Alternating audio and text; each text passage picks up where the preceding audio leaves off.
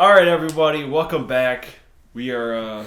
I'm joined again by these two clowns. What up? What up, clowns? So we finished Buckethead. At least we're caught up.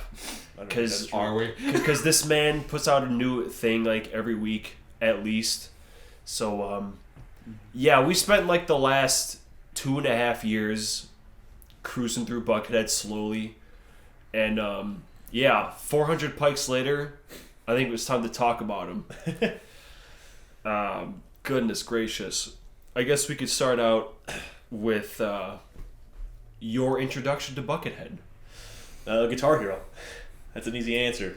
I got into Guitar Hero right after 3 came out, but I didn't play 3 first. I played 2.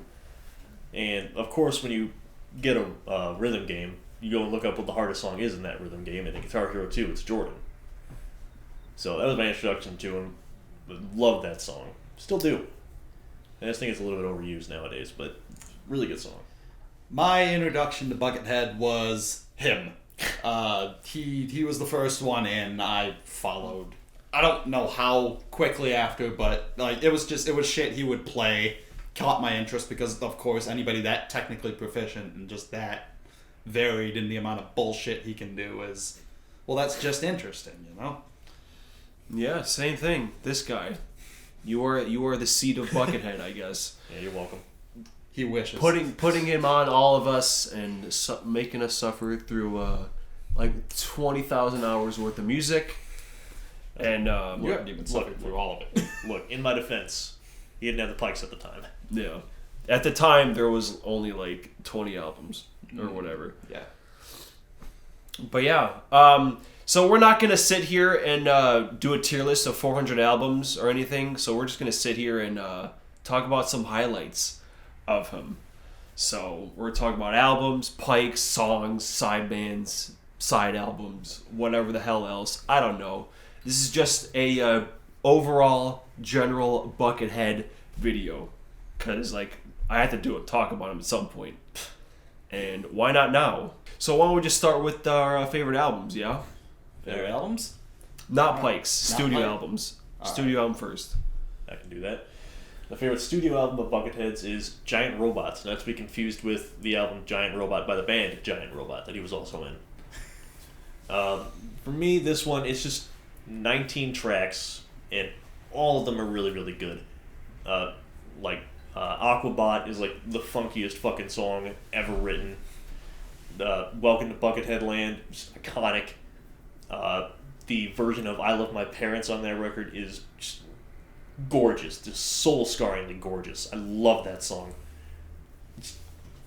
Last Train to Buckethead Land is probably one of the better closes he's ever had. And like every song, every single one, there's 19 of them. Go down the list, everyone is great. I would listen to every one of those songs any time of the week. Yeah. Nice. Alright. So, I agree. Giant Robot is a really good album. My favorite, however, is Buckethead Land 2. Hey. For the simple reason, hey, Joe. Buckethead It's- and 2.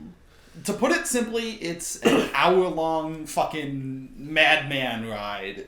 To explain it a little better, it's honestly, if there was ever a theoretical conversation where somebody was asking me to recommend them a Buckethead album, I would tell them, well, first of all, you need to listen to at least 2. But Buckethead Land 2 is the one that I can verifiably say I'd tell them first, because it's got a little bit of like everything Buckethead does sound-wise in it. It's super fucking heavy, super fucking crazy. You've got the jaunty, weirdo acoustic bits. And the whole thing is just, like, it's super awesome, like, the concept of being, like, inside the park and you're just going past the rides and seeing all this weird shit and all these weird characters. And you've got the interwoven story with the gutter boy. And just, it's wild. You got Frozen Brains, Tell No Tales. Got Bootsy Collins is on the goddamn thing, so, like, what more could you want out of Buckethead? It's a great, like, starter pack for, like, the wild, mad side of, like, what Bucket does. Yeah, it very much paints a picture. You can really hear the people getting slaughtered at the end. You can just imagine the whole thing. Great hidden track. Yeah. Yeah, Frozen Brains, obviously. Cobra's Hood, that's a really good one too. Cobra's Hood.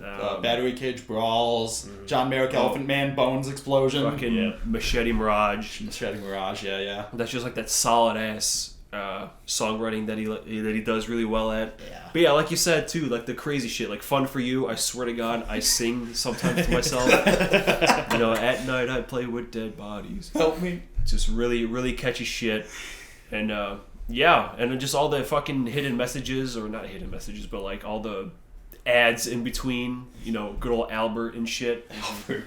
This good stuff. It's a very fucking weird ass album. I don't know if I'd recommend that someone first. Maybe like Crime Slung first, maybe, but down the line, maybe Buckethead. Like something like Colmar or something like that. Maybe. Yeah. And Buckethead Land 2 might be throwing him into the deep end. Yeah. What better way to learn? I do want it to be known Buckethead Land is my number 2.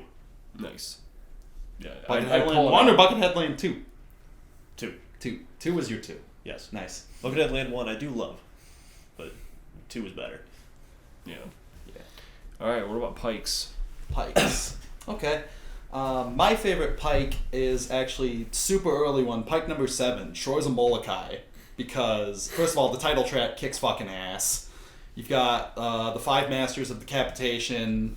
I don't remember all the tracks names and all that, but it's a solid, heavy-ass album back from before the Pikes just kind of started to sound a little samey track to track. It was going to be Molokai or 3 Foot Clearance, because, 3 Foot Clearance, you got stuff like Griffin Spike, Ramelzi, Hero of the Abyss, Harpoon the Goon. But Classic. Yep. Yeah, Molokai just edged it out in listening to both of them to come up with my decision. It's just really solid. Like, songwriting, bunch of cool-ass riffs. Nothing not to love. My number 1 would be Pike number 23, which is Telescape. I love Buckethead. That's a good one. I love when Bucket tunes down. Every time Bucket tunes down, like Frozen Brains, y'all were talking about, every song on Telescape, every time Buckethead tunes down, he makes some really, really cool shit. Like Pyramids Rising, that main riff, when it first hits in after like the spacey shit at the beginning of the record, that's just awesome. Both parts of the title track, really, it's just a great record through. Yeah, Buckethead down tuning, man. Cuckoo Clocks of Hell as well. Yeah. Yeah, I'd have to say Pike 65. Hold Me Forever, that's what it is. Yeah. I'd say that's my favorite because, goddamn, you can just feel every riff, and like not even counting the last 15 minutes, that big ass continuous solo, just those first couple, like the NYC, I think those are all just really, really good ass riffs, and it just hits you in the feels. Hits you in the feels, man. And yeah, obviously I don't remember most Pikes because there's a lot. If it makes you feel better, there was an interview with his drummer where he said that Bucky doesn't remember most of them either. Just feel like most of them are just like improv jams. What was it? Was it like 400? A really recent one where it was just like one riff the whole time. Yeah, that was the Christmas one. Yeah, number 400, Decorating. Yeah. It was basically just one riff the whole time. So some of them get a little draining. The Halloween. The Halloween anybody? stuff. Yeah. But yeah, a lot of those early ones are really good. I just kind of wish that he would just stop dumping something out every week and just like work on like another like full length again. I think that would be neat. Yeah, he hasn't had one since when was C? 2012. 2012, Electric Sea. Well, unless you count the Buckethead Land. What was it? 1031. Yeah, it's more of a Pike in my eyes. Yeah, Wikipedia lists it as a proper studio album, but that's up for quibbling and debate, I guess. Yeah. Yeah. All right. I guess favorite song. That's an easy one. That's an easy one.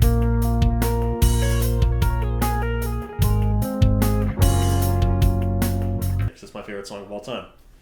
Fair enough. I mean, I knew that was coming. Yeah. That's my favorite song for forever. You all know that. Yeah.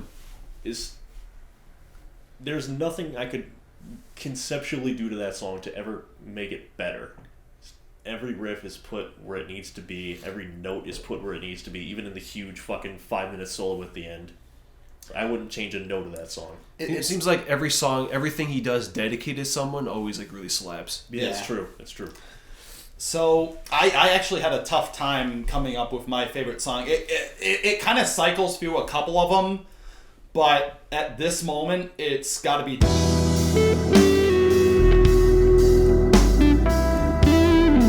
Because, yeah, first of all, Population Override, amazing fucking album. Just this cool, bluesy, jazzy thing. Buckethead, you got Travis Dickerson's awesome ass keyboards going throughout the whole thing, and it's a really good piece, and you feel it the whole way, man. It's just sick. I don't know what all I can say about it. Like the same thing you say about Soothsayer, I don't know what I could do to change Too Many Humans, but I mean, on another day it could be like Bucket's really good at putting songs together. On another day it could be something like Pepper's Ghost or Ghost Host. Bucket's got a lot of songs that could be in the running for favorite, man. It's hard. Yeah, well, mine actually comes from a Pike, and it is the reason I wanted to listen to all, at the time, 300 Pikes. At the time. But yeah, because it was just randomly posted on, like, I guess it's like the fan page or whatever, but someone posted like, oh, here's a new song, go check it out. And that song was...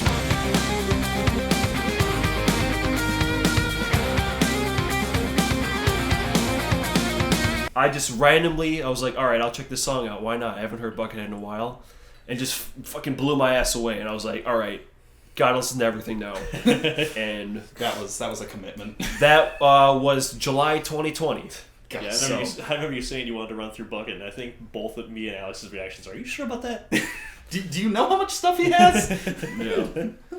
Yeah, still not done. Because, yeah, I'm sure he's working on one right now. And also, you haven't heard all the side projects. I have not. Yeah. There's a lot of those. But yeah, Familiar Spirit. It's like 3 riffs mostly. But I really, really like all 3 of those riffs. And it's a really jammy one. Yeah. I really like it. Alright, well, what about side bands? Favorite side band? It's gotta be Deli Creeps. I love the fucking Deli Creeps. Good answer. It's a shame their demo stuff is really cool back from the 90s. I don't know why it took them all the way until like 2006 to put something out. Was it 2006? That sounds about right. 2005. Yeah, Maximum Bob is a fucking madman. Bucket works with some crazy frontmen when he has people singing, but Bob might have them all beat as just sheer insanity. And also just the dude's like range, actually crazy. He can go from like psychobabbling like Mike Patton stuff to like some actually really nice singing on songs like well, I guess I'll get to that when we get to favorite side project album. Spoilers. Yeah, they only have demo tapes and then the one. Yeah. Unless you're gonna pick a demo tape and be really fucking hipster. Thought about it. My favorite Buckethead side band will change depending on which day you ask me, but today it is Colonel Claypool's Bucket of Bernie Brains. Have you heard that one? I don't think so. No, you should get on that. It's Les Claypool, Bucket, Bernie Worrell from Funkadelic? Yeah, Funkadelic. Or Parliament? Or both? Parliament. I've heard Parliament before. And the drummer Brain. And interesting story with the band. It was, I believe, Bonnaroo 2004. Claypool was there playing with Primus, I'm assuming. I don't know, it could have been Primus, could have been one of his other 18 side Frog bands. Brigade or something like that. And Bucket, Bernie, and Brain were there to play with Praxis. Which is Bill Laswell. Yeah, the side project that the mastermind is Bill Laswell. But Bill Laswell couldn't make the show, so they were just kind of there, like they didn't know what to do. So Claypool came up to him and be like, hey, let's go on stage and jam for an hour. And that's exactly what they did.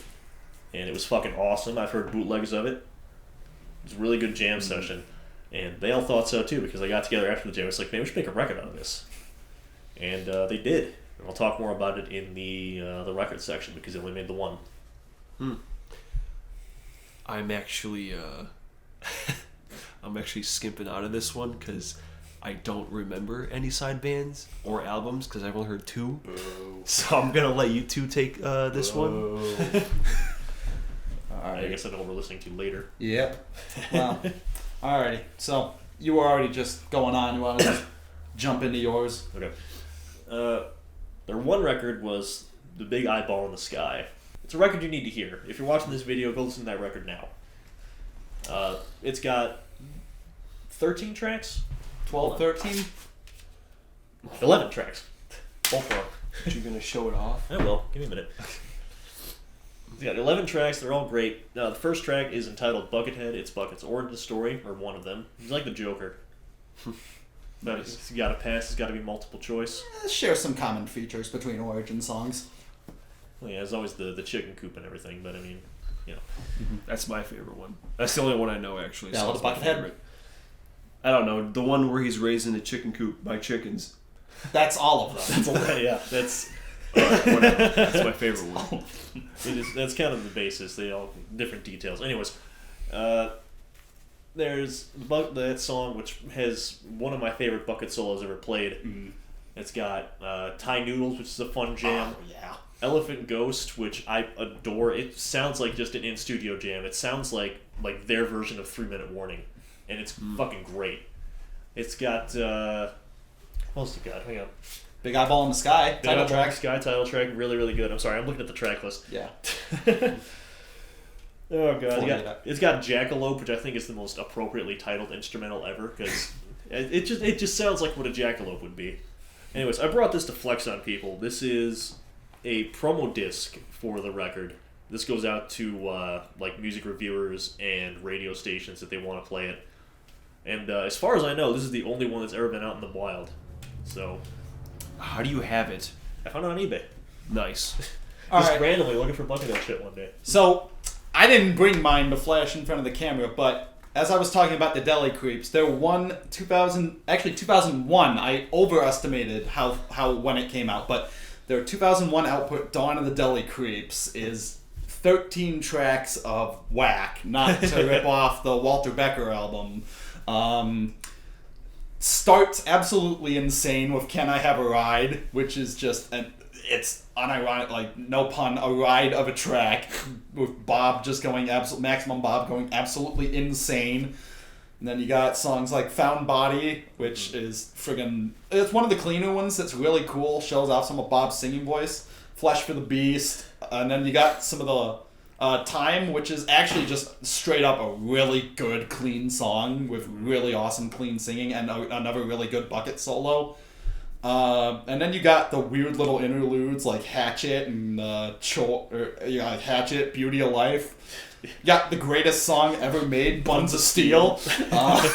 And then you have the triple closer of Buried Deep Stays Buried Still, Boom Chaka, and Random Killing, which is honestly the soundtrack to probably a real life serial killing if I've ever heard one. It's probably the craziest version of well, there's Random Killing, there's I Come in Peace, and then there's I don't know what the core it's the songs. heaviest and the craziest version of I Come in Peace.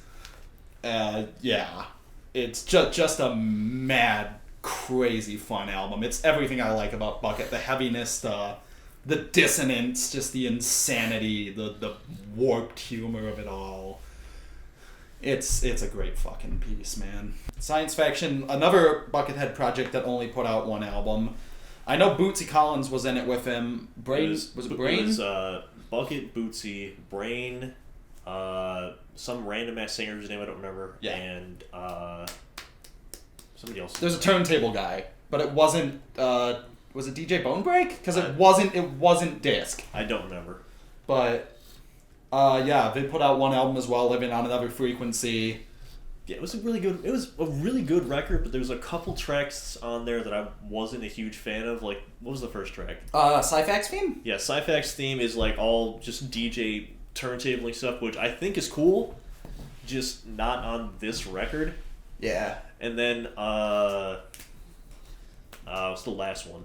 Zion Planet 10? Zion Planet 10. Not a fan of that song. I kind of just pretend the album ends after the track before that. Icy Rockets? Yeah. Yeah. But Icy Rockets is really cool. That's a remixed version of a track off of Inbred Mountain that has Bootsy singing on top of it. Inbred Mountain, man. What else is on there? Life is in Deliver. Life is in Deliver is a really good track. I'm trying to think of all the song titles. Fuck. Life is in Deliver is really good. Gone Tomorrow is a nice, clean track. That's a good one. Take You Down is really good. Second track. Looking for Eden I like a lot. Yeah, there's a lot. Famous is super funky. That's like the Bootsy. That's the Bootsy track. That's the Bootsy track. Yeah, really recommend that one. Even though I said there's 2 songs on there that are kind of whatever, but really the other was it 9? The other 11. There's 13 on there. Damn. Okay. The other 13, really good. Recommend that album. We should probably touch on Praxis. Well, Praxis is the big one. Praxis, I think Transmutation was the first record. Transmutation was the first record. Yeah, it was the first record Bucket was on. Aside, those who kind of like his Buckethead Blueprints demo tape, I think came out first. But yeah, so Buckethead, Bill Laswell, Bernie Worrell, Brain. There's a whole cast of crew. Somebody on turntables, might have been DJ Disc, might have been someone else. There's a whole cast of crew that rotates throughout Praxis, but Transmutation, like that whole record is awesome. Profanation also, whole record is awesome. Yeah. Profanation's got a whole bunch of guest vocalists on it. It's got like Iggy Pop, Maximum Bob, Serge Tankian's on there. Yeah, a lot of cool people. Hawkman. Yeah.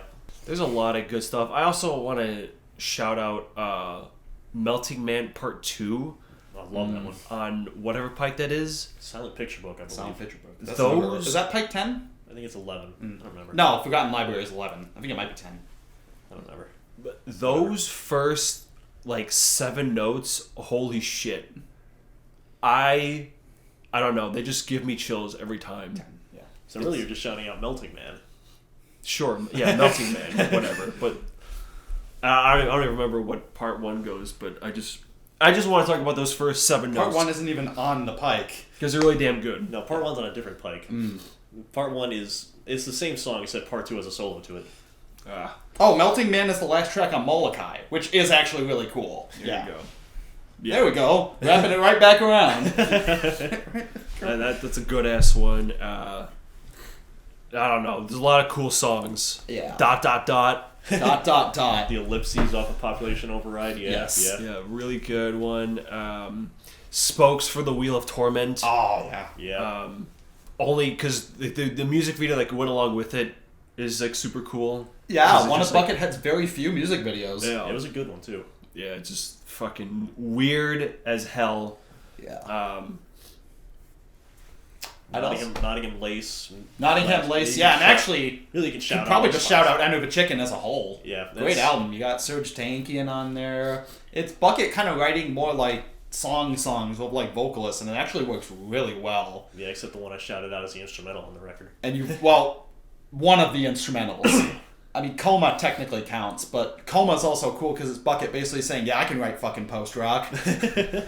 And yeah, he can. Yeah. Fuck, I have Coma. No, not Coma. The song, Coma. Oh. Not to be confused. With the album Coma. We can talk concerts if y'all want to do that. Oh, yeah. Oh, yeah, concerts. Well, I've seen him twice. I've seen him, I don't even fucking know, dude. 6, 7 times? I think it's been 3 or 4 for me. At least 3. The 4th might be stretching it. Yeah, the first time... I think ours was I think our first was the same first. The St. Louis? Yeah. First, I think that was the first big road trip I ever made for a concert as well. It was really cool. Because that was his first, tour, in a while. From getting into him, yeah. I think so. No, that was his first tour for, 4 or 5 years. He hadn't been out for a while. Yeah. And he didn't come through Chicago. No, he did. No, he did, but did it sell out before we could get to it? What was the story there? I think St. Louis. I think the show was added after we already got the tickets. That sounds right. I think I went to the Chicago one anyway. But we got the St. Louis one because when he put out tour dates, the first one he put out was St. Louis. And I'm like, dog, we got to get on this immediately. Yeah. Yeah, it was a fun. I got a Scooby-Doo toy thing from the... Yeah, Toy Time's always fun. I think I got a puzzle from that show. I've never opened it. Well, yeah. Why would you? It's the one thing I won't open. I'll open everything else, but can't open my Shaggy action figure. And the second one, honestly, I don't remember. The second one was... All I remember is getting mad because I had to pay for the cover fee or whatever. Yeah. Well, isn't that because you were... No, that was the first I thought that was I think that was the St. Louis show because you were under 21 at the time. Oh, there was a that was cover the same for under one? 21s. Okay, well, I don't remember. And the you were second not one at all. 21 at the time. The Shit. second one was definitely in Chicago. Yeah. I couldn't. It was probably at the Vic. Yeah, that's where That's usually Bucket comes plays here. Bucket plays the Vic a lot when he comes to Chicago, and I think he was late for St. Louis, right? He was late on stage. He's late for He's most of always the late shows. on stage. What am I talking about? It's just part of. You don't go to a Buckethead show and expect them to show up on time. Yeah, it's like going to a Death Grip show. Well, no. Do you want to? I'm just saying, they're going on tour. Anyways, different video, different topic. One that he's not going to do because he doesn't like Death Grips. Anyways, That'll be on my channel. Coming never. anyways, I can talk about my concert experience. My first time seeing Buckethead was back in, I want to say 2006. I would have been 12 at the time.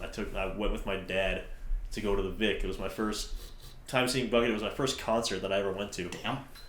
And that concert was special, not because it was my first one, because it was a really, really, really good Bucket show. Because that was back before he had like really bad health problems, like his back hadn't given out, he didn't have his heart thing as bad, I guess. So he played non-stop. He did not slow down for 3 hours. Fuck. And I looked up the set list afterwards. I didn't appreciate it at the time, but looking back on it now, I really wish I could go back and see that show again. Because Dude, that's he played the so much cool shit. Fucking worst. That's me with my first time seeing Maiden. Fucking Half a Seventh Son. Yeah. Didn't know at the time. Damn. Unbelievable. I've been trying to hunt down a bootleg of that show for years. I don't think anyone has it. I should go back and try to find that set list. The second show I ever saw, Steely Dan at Ravinia, because I think they played a lot of really good shit, and I wasn't fully into them at the time. But yeah, I got my first Bucket toy from that one. It was a little Cookie Monster like ball. Like it's a ball that looks like Cookie Monster. I still have it. Haven't opened it. Haven't opened it. Nice. But yeah, man.